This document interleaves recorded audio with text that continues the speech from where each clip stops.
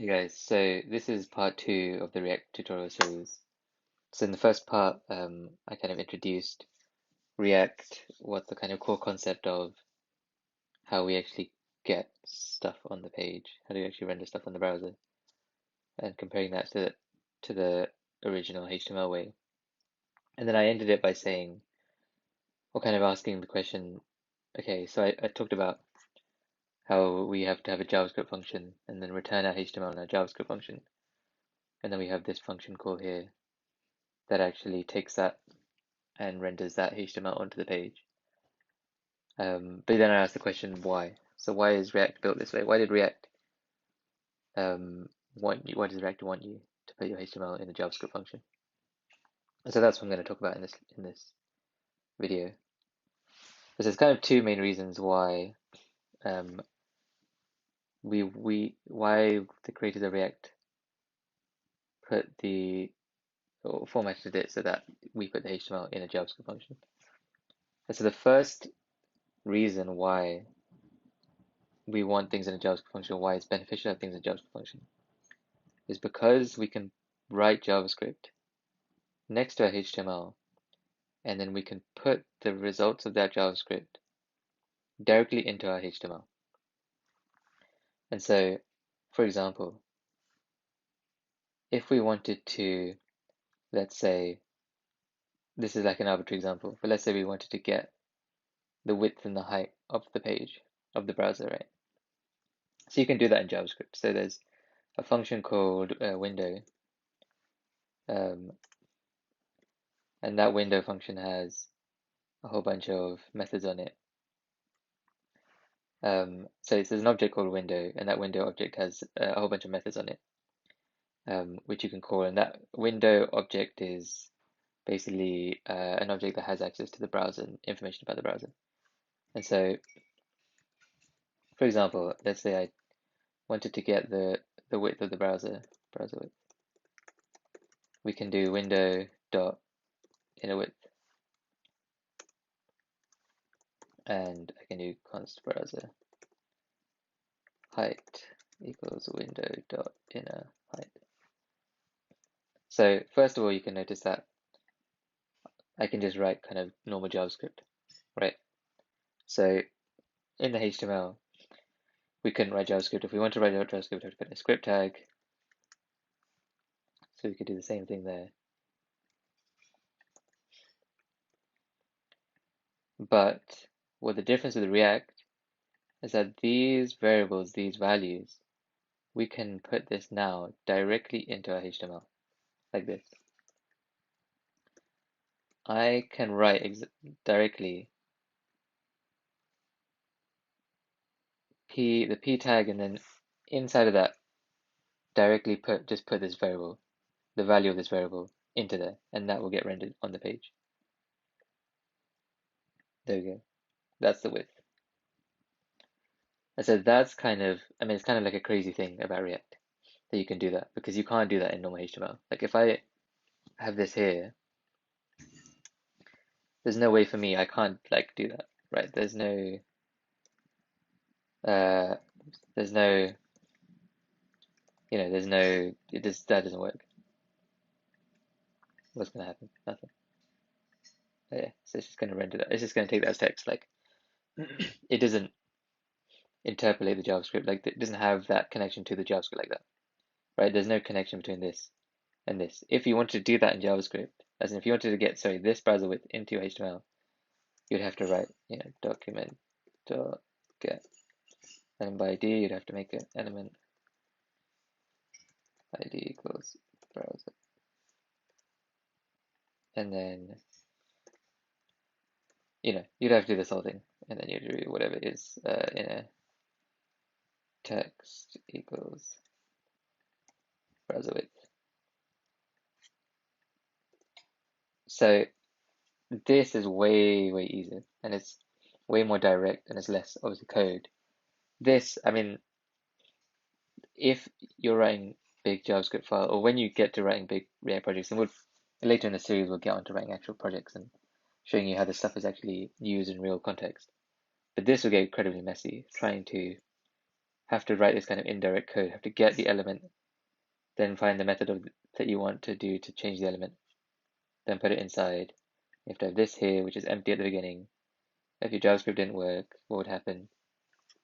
Here, this is very clean. And so the other thing I can do is I can put just normal HTML next to the JavaScript, right? So I can do like this, I can just throw in here and it just works. And if I copy this, I do the one, same for the height.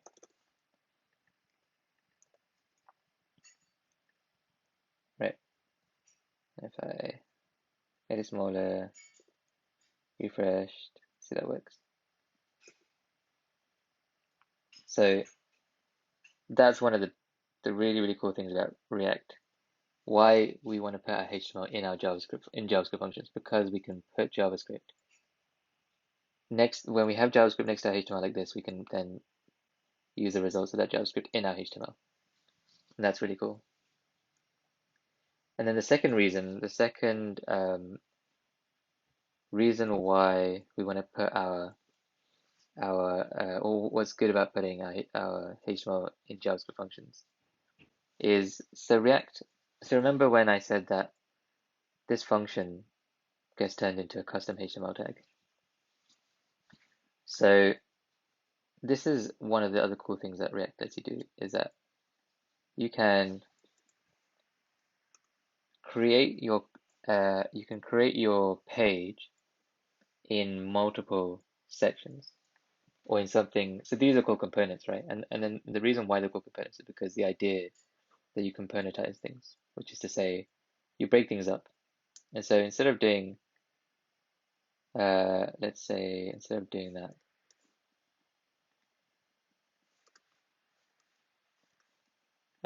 we could have function browser width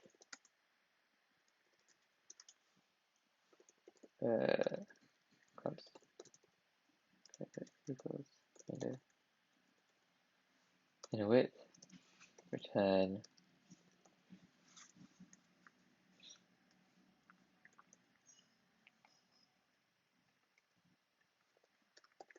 browser width.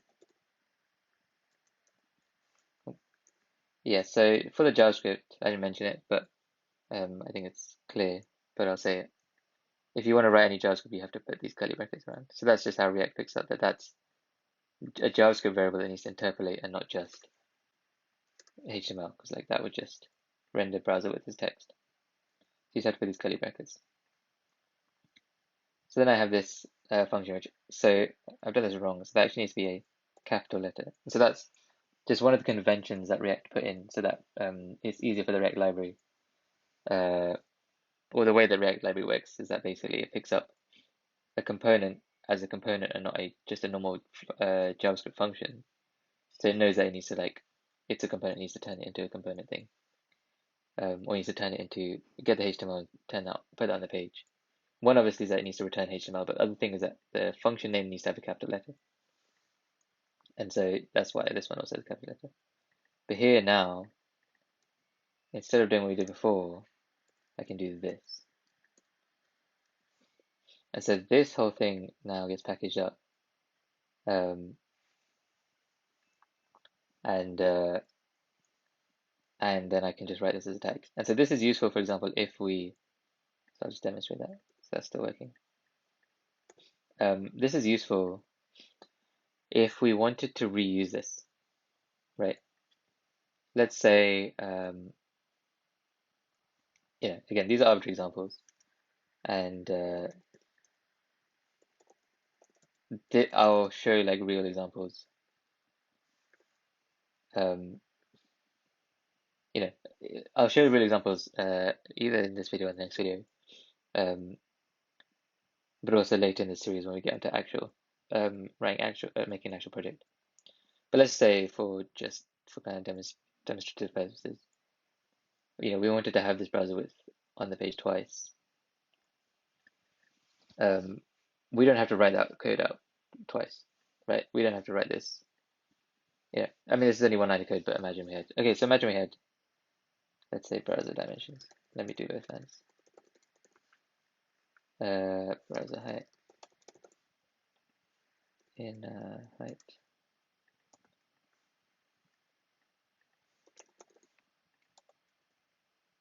So this is complaining because the React, when you return in your return statement, sorry, of a component, you have to return one element, and so you can't have like, so there I had two P's next to each other. It needs like one element, and then if you want to have more than that, you have to wrap everything with like an outer element, which is why we have divs around. Anyway, so we got browser dimensions here twice, right? So here we just have to write one line of code. That saves us all of that code. And so there's a lot of instances where you would need to like reuse elements, right?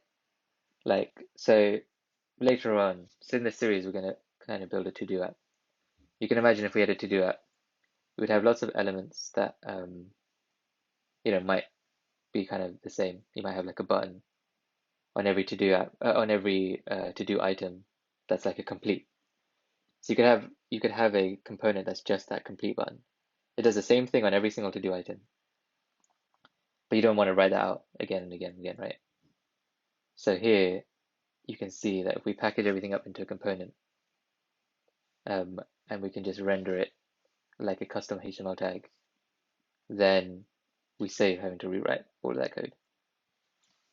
And so obviously here again on the left side, like you'd have to like repeat this line. If you wanted to have this again, you'd have to repeat this line. It's just a lot cleaner and nicer this way. And so yeah, that's the kind of gist of, for this video at least, why we want to put things into, or why React wanted to put things into JavaScript functions, why we have a HTML side of JavaScript and the benefits we get from that. So there's one more core concept that I want to cover, which is related to how these components can get passed data into them and the benefits of that and why we would need that. And that's the last element of the fact that we've got our HTML and JavaScript functions. And so I'll cover that in the next video. And then after that, we will start to look at these concepts used in real context and how these concepts come together and give us the ability to write kind of powerful code and make our web applications in a really kind of neat and efficient way.